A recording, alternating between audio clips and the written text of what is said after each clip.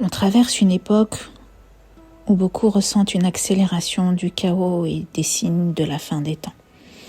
Des guerres, des injustices, des violences, des images qui bouleversent nos cœurs et parfois nous donnent l'impression que tout vacille. Et face à cela, une question revient. Comment doit se comporter le croyant lorsque le monde devient aussi trouble?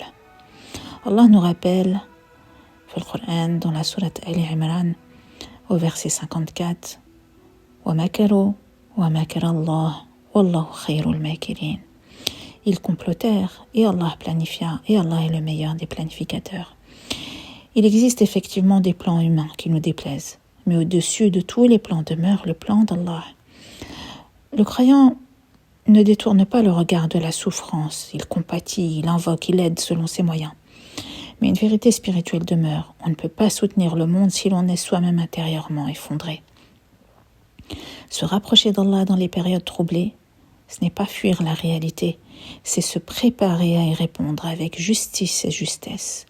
Le prophète sallallahu alayhi wa sallam a d'abord construit des cœurs avant de transformer une société. Nous vivons une époque où l'information circule plus vite que la vérité. Or Allah nous dit dans la sourate Al-Hujurat au verset 6, si un pervers nous apporte une information, vérifiez-la. Choisir ses sources d'information et surtout aujourd'hui à l'ère d'Internet et de l'IA, c'est un acte spirituel, car l'histoire islamique nous montre déjà ce danger.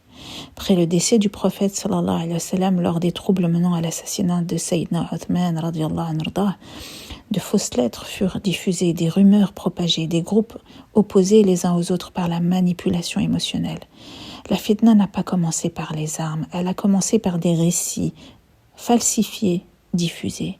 Et aujourd'hui encore, le croyant doit apprendre à ne pas devenir le relais de la confusion et de bien choisir où il prend les informations et de bien les vérifier avant. Il y a une réalité constante dans l'histoire humaine. C'est souvent lorsque le monde vacille que les cœurs reviennent vers Dieu. Les épreuves réveillent ce que le confort endort malheureusement. Et notre rôle n'est pas seulement d'observer le chaos. Notre rôle en tant que croyant est d'être des points d'ancrage. Par notre sang-froid, par notre calme, par notre comportement, par notre justice, par notre miséricorde, par notre recul, par notre sagesse. Car parfois les gens ne reviennent pas à Dieu par des discours, mais en voyant un croyant rester droit au milieu du tumulte, et juste et mesuré. Lorsqu'on étudie la Sira, on voit que, par exemple, Sayyidina Hamza ne s'est pas converti après un long débat théologique.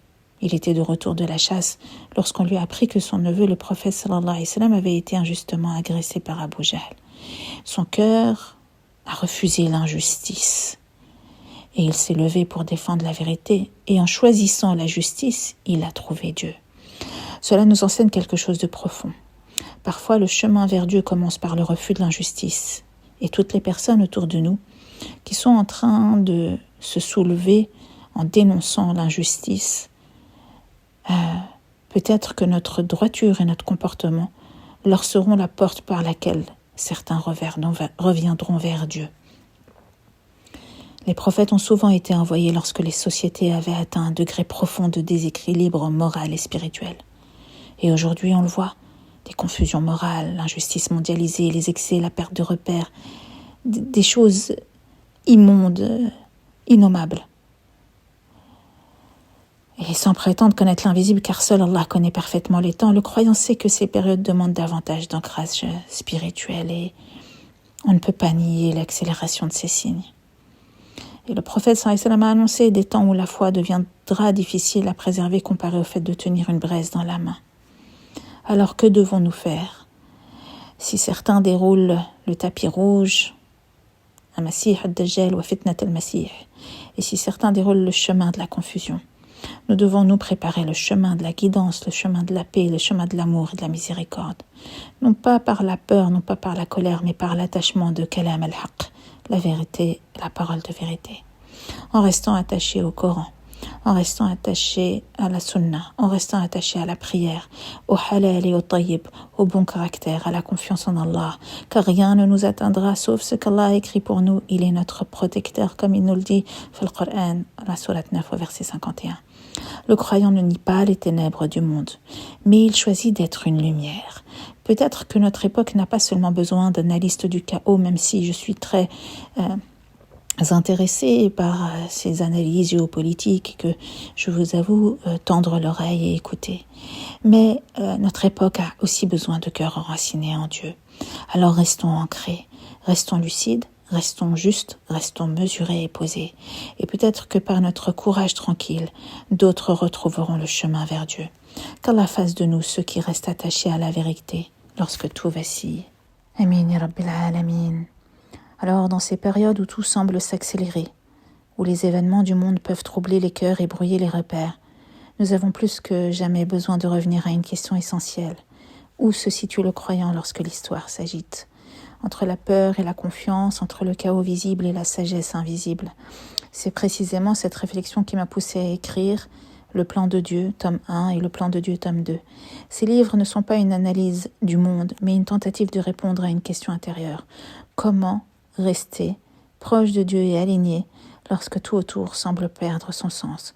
Comment ne pas se laisser emporter par l'inquiétude? Comment développer son tawakkul? Comment développer son furqan et son discernement? Comment comprendre que derrière les événements existe une sagesse divine plus vaste que notre compréhension immédiate? Parce que le croyant ne vit pas seulement de l'actualité. Il vit dans la conscience que Allah est vérité, sa parole est vérité, son messager est vérité, la rencontre avec lui est vérité, et que rien n'arrive en dehors de son décret. Donc ces 2 tomes, vous pouvez les retrouver en librairie ou sur Internet. Je les ai écrits comme un accompagnement pour ceux qui ressentent le besoin de repères, de se recentrer, de solidifier leur foi et leur confiance et de retrouver une lecture apaisée du monde à la lumière du tawakkul.